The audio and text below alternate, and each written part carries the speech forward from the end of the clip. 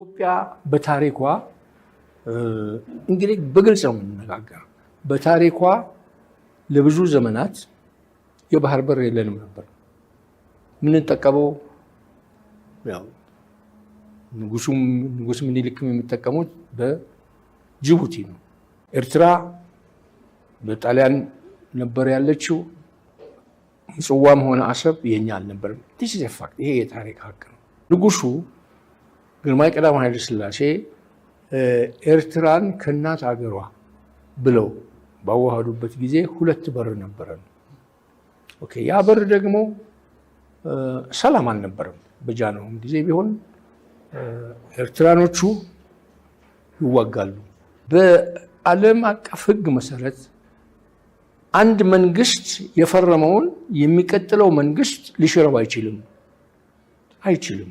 እና ብዙ አያለው አሁን ኖ እኛ ወያኔ ነው ያለ ኢትዮጵያ ሕዝብ ፈቃድ ኢትዮጵያ ሬፈረንደም ኖ አይሰራም። ያ ለኔ ነው የምልህ። ኢትዮጵያ የባህር በር ከፈለግን ጥሩ ሶሉሽን ምንድነው? ምጽዋን ነው የምንፈልገው፣ አሰብን ነው የምንፈልገው። መደራደር፣ መጠየቅ፣ ዲፕሎማሲ በኃይል ሳይሆን በፍቅር በመግባባት በጥሩ ዲፕሎማሲ ጅቡቲን ስንጠቀምበት እንደነበረ አሁንም ምጽዋ አሰብን ልንጠቀምበት እንችላለን ባይ ነው። ጥሩ ዲፕሎማሲ። የነሱ ፕሪኮንዲሽን አለ። አንተ ደግሞ የራስን ፕሪኮንዲሽን ይዘህ ቁጭ ብለህ መወያየት ነው እንጂ በአካኪ ዘራፍ አይሆንም። እኔ አሁን ብዙዎች አለው ባህር በር ያስፈልገናል፣ ይሄን መሆን አለበት። ይሄ ሊሆን አይችልም። ይሄ ፉከራ አካኪ ዘራፍ ሊሰራ አይችልም። ያሁኑ በሰከነ ዲፕሎማሲ መፍትሄ ማግኘት አለበት። በ60 ኪሎ ሜትር ርቀት ላይ ወይም በ40 ኪሎ ሜትር ርቀት ላይ ከቀይ ባህር ተገኝተን ነገር ግን በቀላሉ በዓለም ደረጃ እንዳንነግድ ከባህሩም ሪሶርስ እንዳንጠቀም አድርገውናል።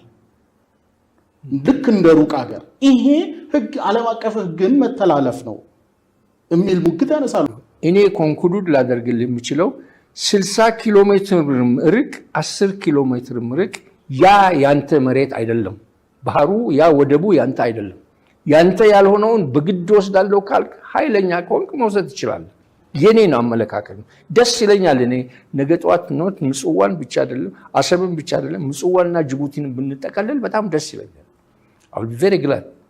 ነገር ግን እውነቱን ለመናገር ያህል ነው በዲፕሎማሲ ተስማምተህ